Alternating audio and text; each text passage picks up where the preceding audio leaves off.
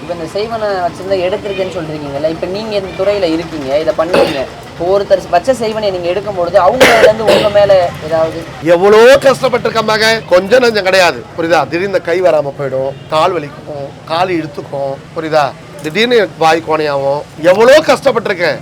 அதான் சொன்னேன், கஷ்டப்பட்டு வேதனைப்பட்டு துன்பப்பட்டு தான் வந்து மேல வர முடியும். எல்லாம் ஒரு 10 ஏவல் எடுக்கிற நேர மலைநூர் போயிடுவேன். அவன் மடியில் நேர கரவர் உள்ள போய் அம்மாவை மனசார கும்பிட்டு மடியில வச்சிருக்க பழத்தை வாங்கி நரநரன்னு கடிச்சு சாப்பிட்டு வருவேன். உடம்பு எனக்கு காத்து மாதிரி ஆயிடும். நான் ரொம்ப கஷ்டப்பட்டிருக்கேன். ஒரு வாட்டி ஒருத்தவங்க வந்து சில வேலைலாம் பண்ணிட்டாங்க. எனக்கு நான் பழைப்பேன்னா எனக்கு தெரியல, பழைப்பேன்னு தெரியல, எனக்கே தெரிஞ்சிடுச்சு ஏதோ பண்ணிட்டாங்க. பண்ணு நான் வந்து உள்ள அம்மா கிட்ட உத்தரவு கேட்குறேன்.